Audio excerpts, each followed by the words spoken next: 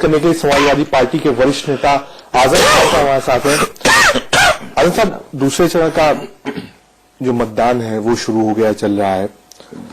रामपुर में आप भी लड़ रहे हैं, आपके बेटे भी चुनाव लड़ रहे हैं। नहीं, हम 5 सीटें लड़ रहे हैं। 5 सीटें लड़ रहे हैं और इंशाल्लाह 5 जीत रहे हैं। 5 जीत रहे हैं। मुद्दा क्या होगा, क्योंकि बार बार नरेंद्र मोदी इस बात को कह रहे हैं कि गुंडा राज बहुत बड़ी चीज है, आप उसको हटाइए। अखिलेश ने कोई काम नहीं किया है। दूसरी तरफ अखिलेश का नारा है कि काम बोलता है। असल में जो कह रहे हैं वो वैसे ही सच है जैसे उन्होंने चुनाव लड़ते वक्त सच कहा था कि काला धन लाएंगे, 20 लाख रुपए हर शख्स के घर पहुंचाएंगे, 2 करोड़ नौजवानों को नौकरी देंगे, 24 घंटे बिजली देंगे।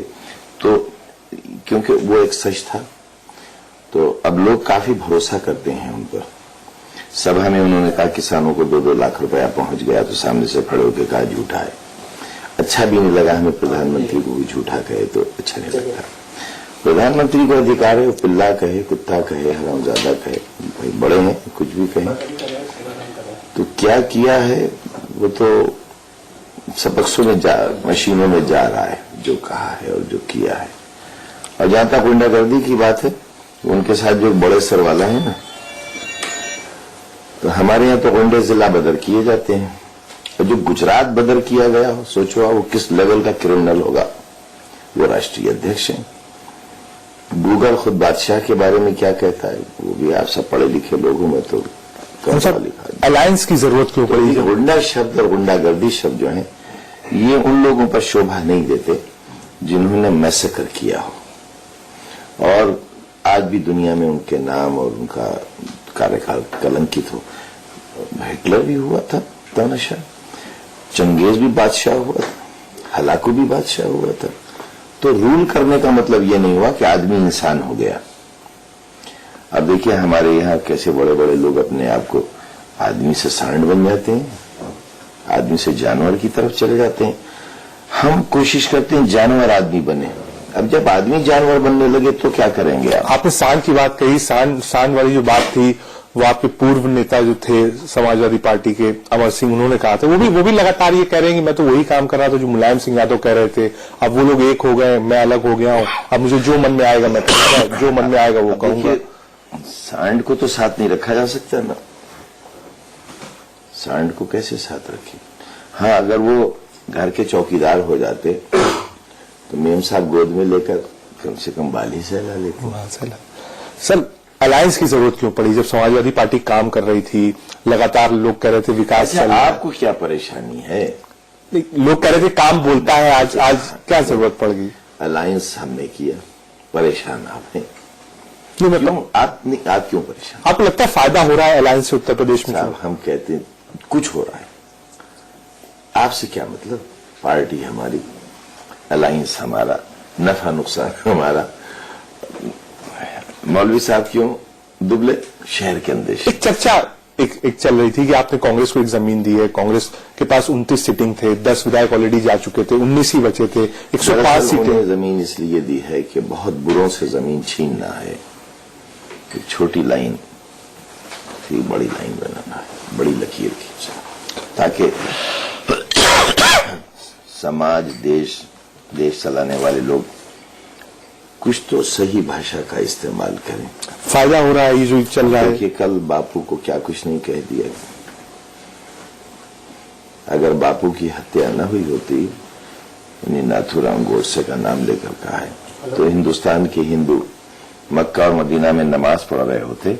मुझे ये पहली बार मालूम हुआ कि इतने कमजोर हैं मेरे देश के हिंदू बहन भाई, इतने कमजोर हैं कि अगर बापू न मारे गए होते तो सब मक्का चले जाते, मदीना चले जाते। ये तो धर्म का बड़ा लांछन है। और इस तरह की बात करने वाले जेल के बाहर कैसे? आनंद साहब, मायावती ने भी रैलीज करी हैं, लगातार प्रचार कर रही हैं। वो कह रही हैं कि हम लोग अकेले ही चुनाव के बाद सरकार बनाएंगे और अगर सरकार नहीं बना पाएंगे तो विपक्ष में बैठेंगे, भाजपा के साथ नहीं जाएंगे। एक चर्चा ये भी चल रही थी कि हाँ, अगर कुछ सीटें कम हुई तो बसपा और भाजपा साथ हो सकते हैं, लेकिन अब वो कह रही है कि नहीं, हम लोग साथ नहीं आएंगे, भले ही मैं विपक्ष में बैठ जाऊंगी। उन्होंने एफिडेविट नहीं दिया है, अभी एफिडेविट नहीं दिया है। एफिडेविट दे देंगे, हम मान लेंगे।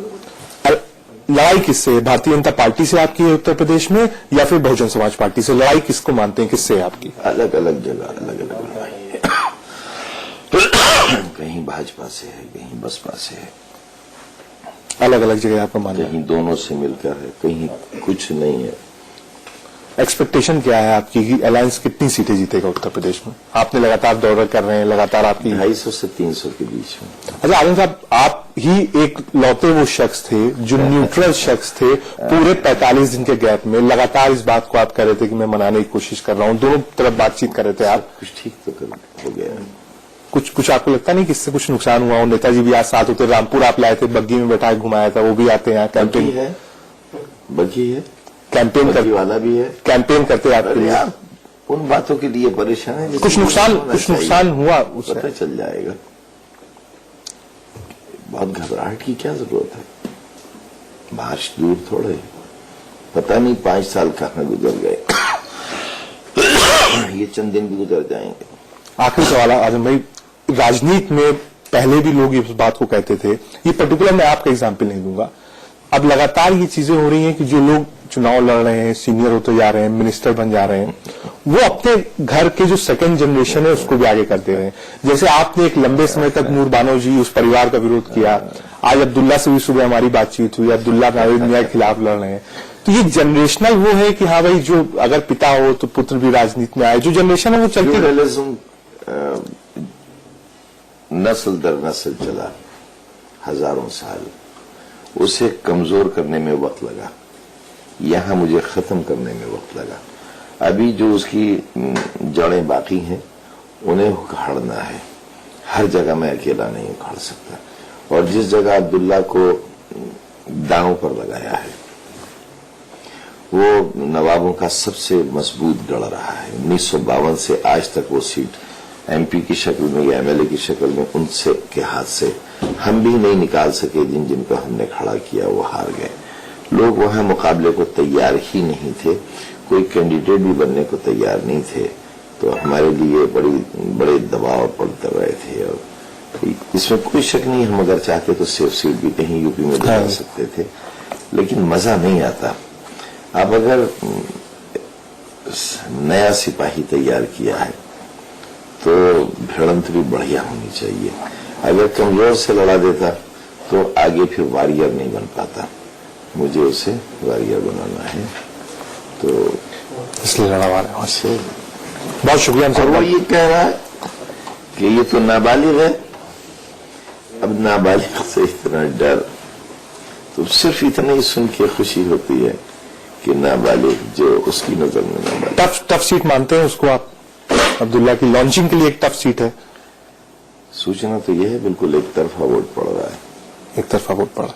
बहुत शुक्रिया हमसे बातचीत करने के लिए। कैमरामैन अमित के साथ राकेश टंडन, इंडिया न्यूज, रामपुर।